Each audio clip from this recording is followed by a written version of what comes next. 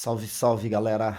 Vou dar uns toques para vocês aqui sobre o período chamado de naturalismo, tá? Um período muito importante da literatura brasileira. Às vezes ele aparece como realismo, naturalismo, e essa escola é uma escola que marca o surgimento da influência das ciências, diversas ciências de cunho social, no final do século XIX, ali por volta de 1870, 1880, tá? Tem um romance chamado Germinal desse cara aqui, Émile Zola, que é um exemplo desse tipo de obra. O Émile Zola, ele nesse romance Germinal, ele experimenta um tipo de romance chamado de romance experimental, mais ou menos um laboratório de personagens, e é marcado por diversas características naturalistas.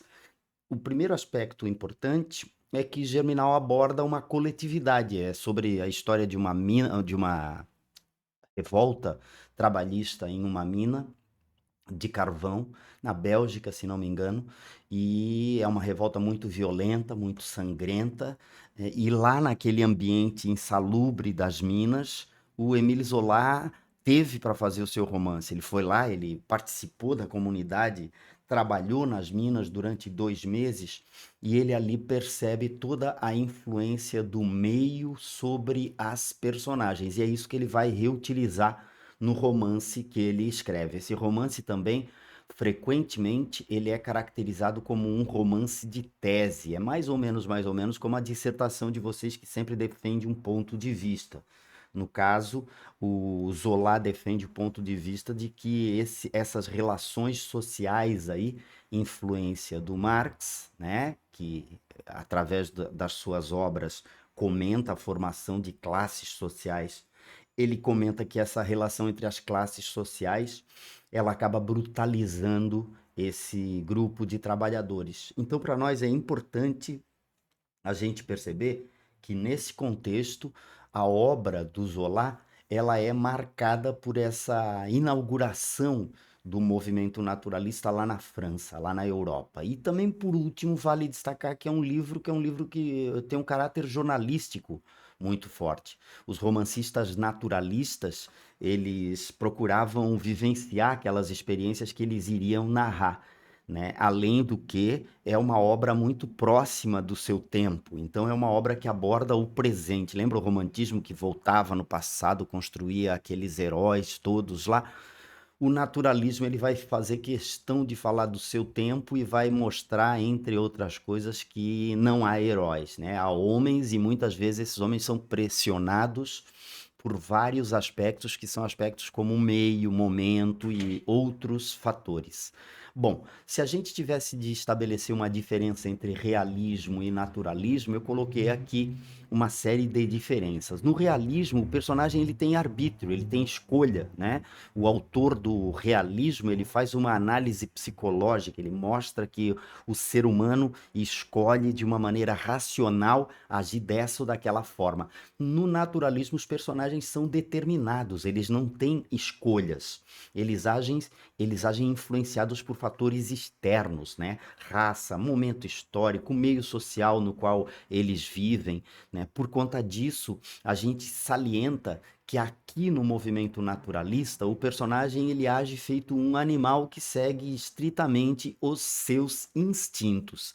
E enquanto aqui no realismo a gente tem personagens complexas, porque os autores fazem questão de retratar bem retratada uma análise psicológica, aqui os personagens são personagens mais superficiais, entre outras coisas porque eles aparecem para comprovar as ideias dos escritores, toda aquela ideia do romance como um laboratório que mostra cobaias sendo pressionadas, aparece no movimento naturalista, enquanto no movimento realista o personagem aparece cheio de contradições, cheio de idiosincrasias, né, que nada mais são do que contradições também, típicas contradições dos seres humanos. Então esse aspecto é um aspecto muito importante, né? O grande livro do movimento naturalista brasileiro é esse aqui, O Cortiço, e O Cortiço é um livro publicado em 1890, só que no enredo do livro, o final do enredo, para vocês verem, o final do enredo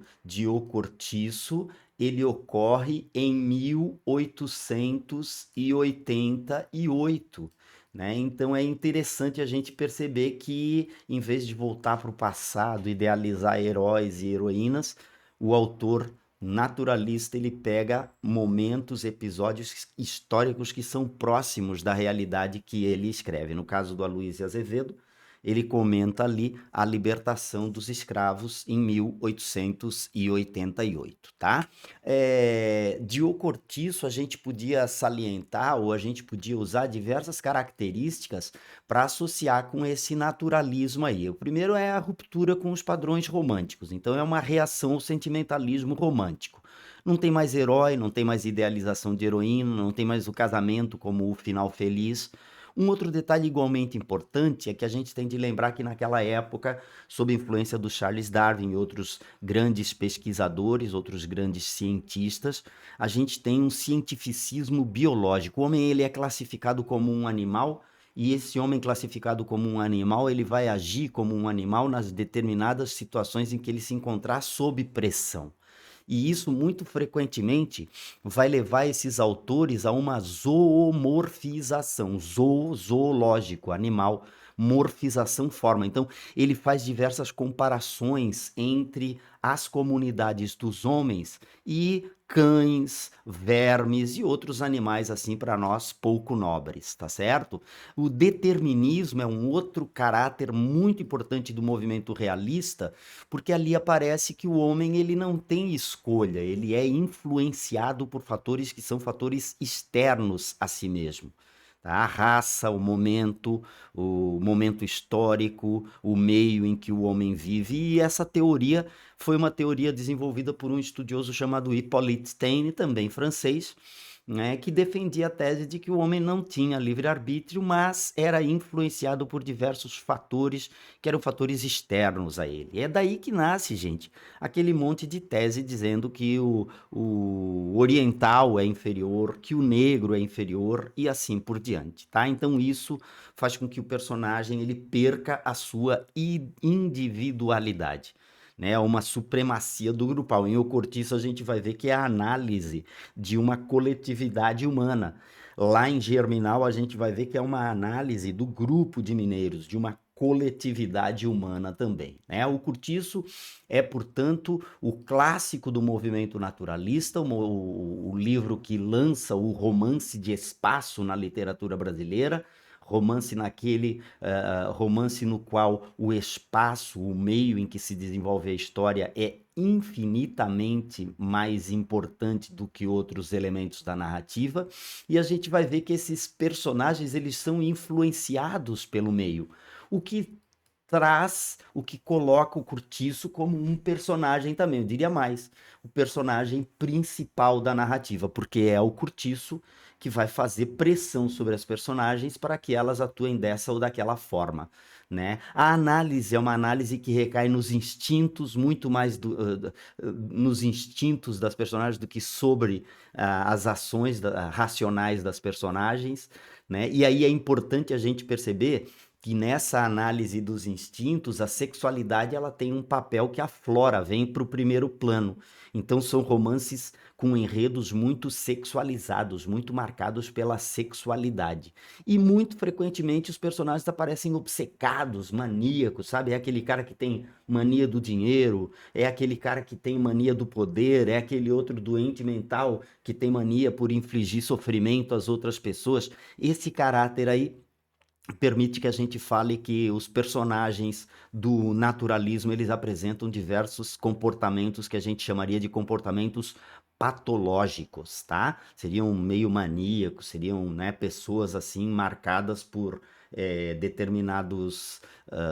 determinadas patologias que a gente classificaria quase como patologia mental mesmo, né? E aqui a gente tem uma galeria de personagens de O Cortiço, né? O João Romão, que é esse cara que, né, é o cara que ganha grana, é um ganancioso, ele não come a banana para não jogar a casca fora, sabe? É ambicioso. A gente tem a Bertoleza, que representa a escravidão brasileira, né? A Bertoleza é uma escrava fugitiva que trabalha com o João Romão. A gente tem o Miranda, ele tem um casarão que é vizinho ao Cortiço, ele fica injuriado no começo do romance, quando o João Romão começa a construir o seu cortiço, porque o cortiço fica atrás da casa de um cara que é um nobre da aristocracia lá da corte do Pedro II. Então ele fica indignado.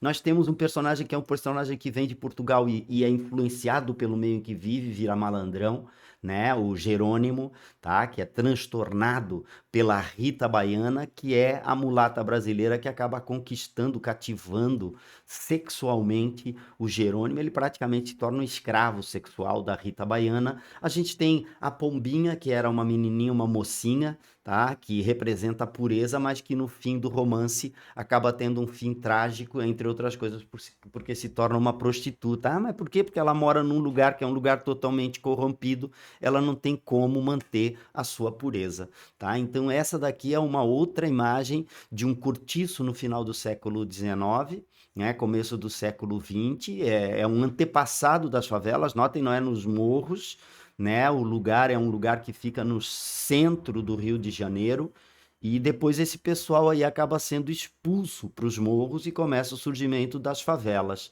né? Mas percebam vocês que eram tudo moradias assim, moradias coletivas aqui, ó.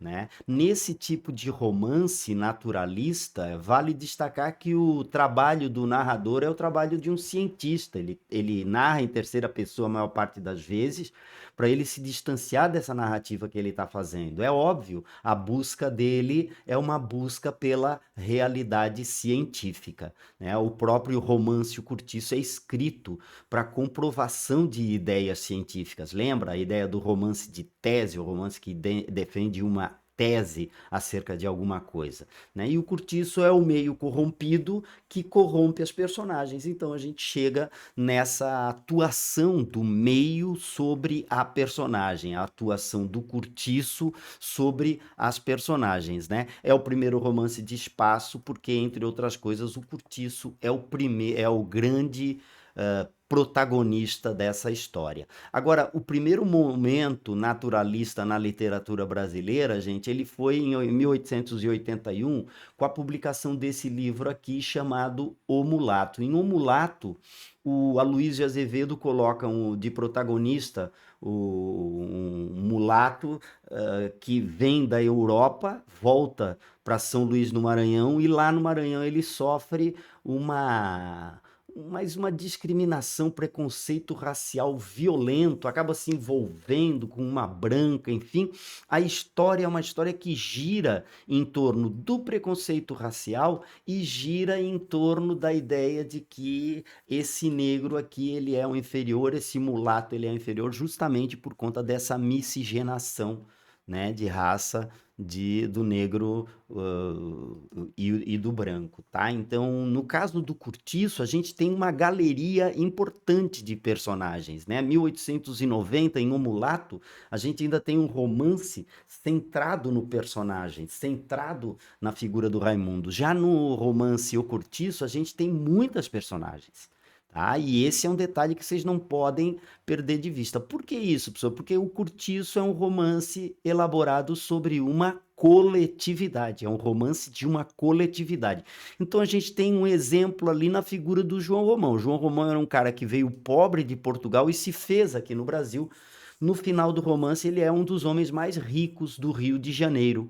E como é que esse cara se fez rico aqui no Brasil? Bom, ele passa de dono da taverna a exemplar, a exemplo da burguesia brasileira. Como? Economizando, roubando, né? Ele sai no meio da noite acompanhado da Bertoleza, que é a escrava que trabalha para ele, e rouba nas construções que estavam se fazendo no Rio de Janeiro naquele momento, ele rouba material de construção e traz para construir mais casinhas, mais, né, albergues ali no Cortiço. É dessa forma que João Romão enriquece, tá? A Bertoleza, no caso, ela exemplifica uma outra classe social. Se o João Romão exemplifica a burguesia brasileira em formação, a Bertoleza, ela simboliza a classe dos escravos. Ela é servil, ela trabalha a vida inteira para o João Romão, porque ela tem um probleminha, ela é uma escrava fugitiva e ela tem de cuidar, porque a qualquer hora podem bater ali de novo. Então ela, sob a proteção do João Romão, ela se sente mais segura. Coitada da Bertoleza, vai ter outro final trágico desse romance de personagens. Como eu já falei para vocês, o Miranda, ele é vizinho do Curtiço e ele detesta, simplesmente detesta o João Romão e mais ainda o Curtiço que o João Romão está erguendo ali atrás da casa dele, né? Só que o Miranda ele representa uma aristocracia que está decadente, como o imperador Dom Pedro II está decadente. E quando chega no final do romance, ele tenta ajeitar, ele tenta ajeitar o casamento da filha dele, a Zulmira, com o glorioso João Romão, porque o João Romão representa a burguesia brasileira em ascensão, né? Então é um casamento entre a classe social burguesa ascendente e a aristocracia e a classe aristocrática decadente. A Zulmirinha representaria essa união dessas duas classes. A gente também tem de lembrar que existe um personagem que é um cara, é um trabalhador, né? Um cara muito trabalhador, o Jerônimo, e ele quando vem começar, é interessante isso no livro, quando ele vem trabalhar no cortiço na pedreira que o João Romão vai ampliando os investimentos dele como um bom burguês, né? E ele compra uma pedreira e começa a tirar pedra lá justamente para fazer a construção de obras no Rio de Janeiro. E aí ele contrata esse trabalhador, quando ele chega, ele é um cara certinho, o Jerônimo, sabe? Casado com a Piedade, tem uma filhinha e tal. E aí ele conhece a Rita Baiana que é uma mulata namorada do glorioso Firmo, o exemplo de malandro carioca, mas aí no próprio romance a Rita Baiana acaba também se envolvendo emocionalmente com o Jerônimo e os dois acabam exemplificando aí a ação do meio corrupto sobre o pobre Jerônimo, porque o Jerônimo passa de trabalhador a um beberrão, a vagal e esse tipo de coisa. Então a gente tem toda uma galeria de personagens aí que é importante a gente levar em conta. Agora eu vou ler um pedacinho de alguns textos do livro para vocês, porque eu acho que é importante a gente perceber. Vamos pegar esse pedaço aqui, né? Que é um pedaço que dá origens desse cortiço, tá? Então, nota aqui que a gente tem aqui uma comunidade de vermes e aqui a gente tem uma foto do filme, né, da década de 80, me parece, década de 70, o filme O Cortiço, filme brasileiro. E aquilo se foi constituindo numa grande lavanderia agitada e barulhenta, com as suas cercas de varas, as suas hortaliças verdejantes e os seus jardinzinhos de 3 e 4 palmos, que apareciam como manchas alegres por entre a negrura das limosas tinas, transbordantes, e o revérbero das claras barracas de algodão cru armadas sobre lustrosos bancos de lavar, e os gotejantes jiraus cobertos de roupa molhada cintilavam ao sol que nem lagos de metal branco, né? Esse aí é o despertar do cortiço, onde começa a aparecer justamente as tinas, tábua de lavar roupa, né? É o lugar onde a mulherada vai lavar roupa, porque a fonte de renda de muitas dessas mulheres trabalhadoras do cortiço é lavar roupa para a classe média e classe alta do Rio de Janeiro. E aqui tem uma passagem que a gente chama de passagem antológica, né? Porque ela faz essa associação, essa comparação entre o cortiço e uma coletividade de vermes. E naquela terra encharcada e fumegante, naquela umidade quente e lodosa, começou a minhocar, a esfervilhar, a crescer um mundo, uma coisa viva, uma geração que parecia brotar espontânea ali mesmo, daquele lameiro e multiplicar-se como larvas no esterco. Então, isso aqui, pessoal, é uma descrição que associa o cortiço a uma comunidade de vermes, né? O cortiço, ele funciona como uma comunidade de vermes que vai crescendo aos pouquinhos. Tem outra passagem igualmente antológica e que também cabe chamar a atenção de vocês, que é essa daqui, né? Notem a personificação do cortiço. né? A personificação do Curtiço. O Curtiço, ele adquire aquela figura de linguagem chamada de prosopopeia.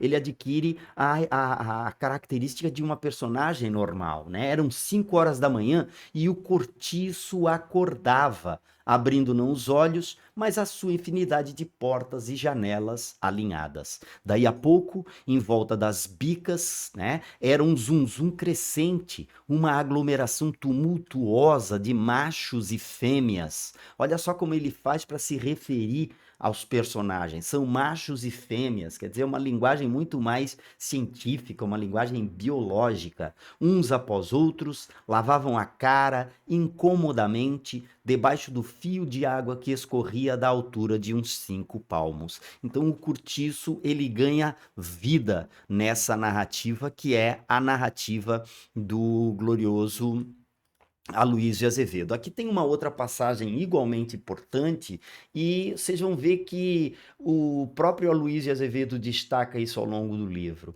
né? O Curtiço é o lugar onde se forma uma tradição musical brasileira muito importante, que é a tradição musical do samba, né? Nos cortiços que se formam os primeiros sambistas. E é importante essa passagem aí porque ela denota isso, ela mostra, ela demonstra isso. Abatidos pelo fadinho harmonioso e nostálgico dos desterrados, que desterrados? Aqueles que tinham saído das suas terras lá em Portugal e tinham vindo para cá. Iam todos, até mesmo os brasileiros, se concentrando e caindo em tristeza. Mas de repente o cavaquinho de Porfiro, acompanhado pelo violão do Firmo, romperam vibrantemente com um chorado baiano. O chorado baiano é, no mínimo, um antepassado do samba.